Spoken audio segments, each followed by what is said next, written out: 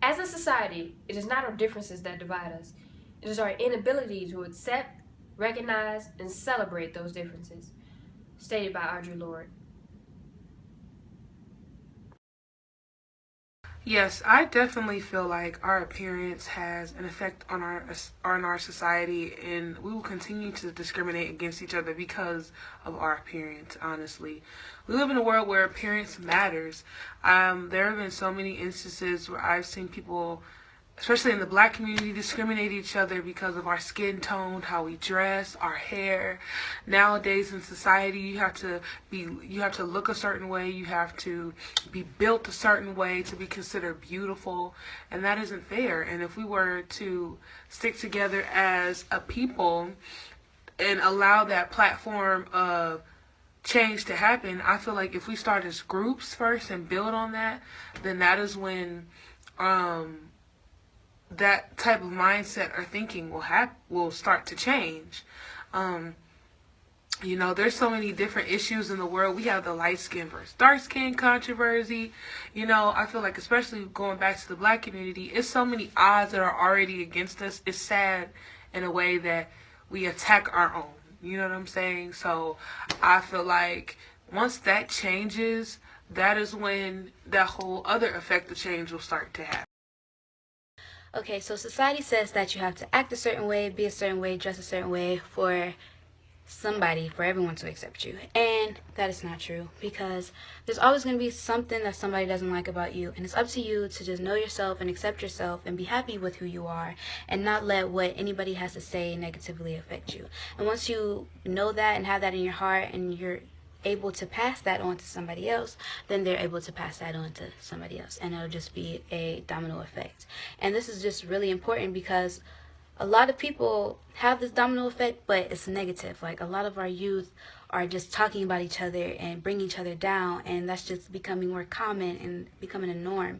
And we don't want that to continue, because if our youth is doing that, then the next generation will be doing that, and so on and so forth. So it's just up to us to do that. And not saying like the world would change overnight, because not everybody's going to have the same mindset. But if you're just able to positively affect at least one person, then that should just be enough motivation for you to just keep on shedding that positive light onto the next person and the next person.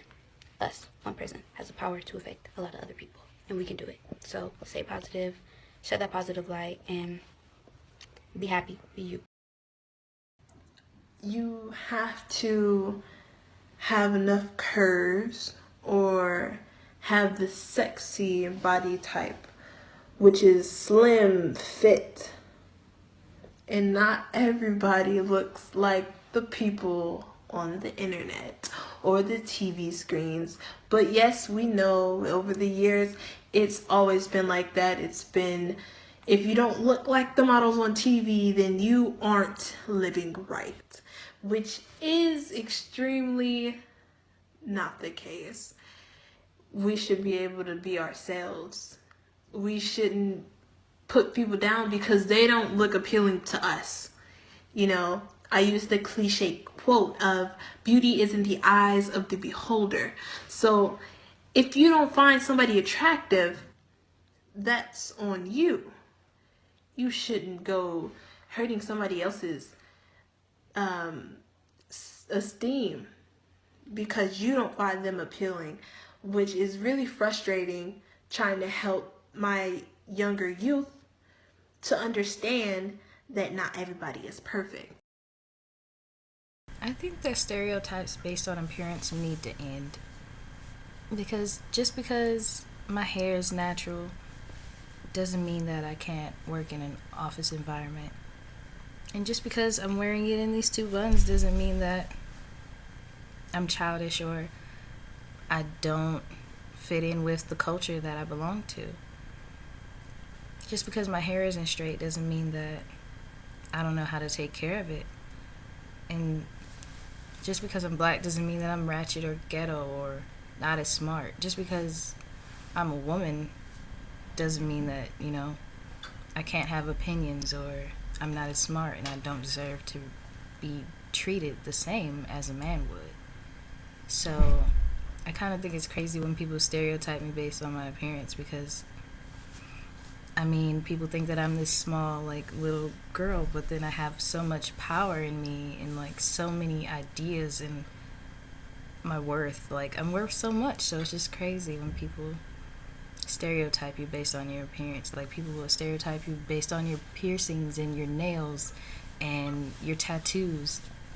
But I don't feel like the way I decorate my body has anything to do with how I interact with you. So when people say, oh, you have a bull ring, or you look like a bull, or like your hair is nappy or anything, I just take it as this is who I am, and if they don't want it, then they shouldn't be around me. But I also take that time to educate them about, how they make me feel. So people don't tend to like that, but stereotypes need to end, so I put in work to make it happen.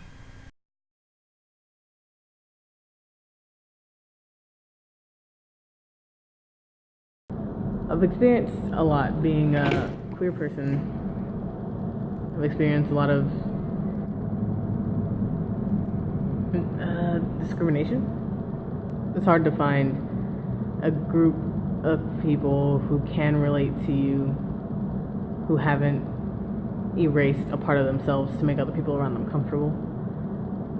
I have become one of those people who has erased a lot of who they are to make other people around them comfortable, so you don't feel alone. Like, I've erased a lot of my blackness to make the queer folk around me comfortable with me just being a queer person rather than being a queer person and a black person. Like, the racism in the queer community is big and it's never talked about. There are a lot of stereotypes placed, I guess is what I'm saying. I experienced a lot of stereotypes being forced on me that I can't relate to. I can't relate to being an aggressive stud. I can't relate to being sexist. We're looked at as predatorial. We're looked at as tough, mean, stoic. When those things don't apply, we've still grown up with the same things that every other woman has grown up with. And I feel like that a lot of that is forgotten when you cut your hair and wear clothes that are a little too big. People forget that. You don't forget that. I don't forget the stuff that I've gone through growing up. But a lot of people don't apply that to me because I present myself in a masculine way. There's a lot of negative stereotypes being placed that just place you in a box. You feel like you can't escape from that because that is who you are. That is a label that has been placed on you. And there's nothing that you can do about that. And if you try to deviate from that, then you're not who you say you are. If you don't fit into the stereotype, then you are not who you say you are. You're not. You're not a stud. You're not a lesbian. You're not masculine in any way. And it's hurtful. I want to be able to be myself, be a queer woman,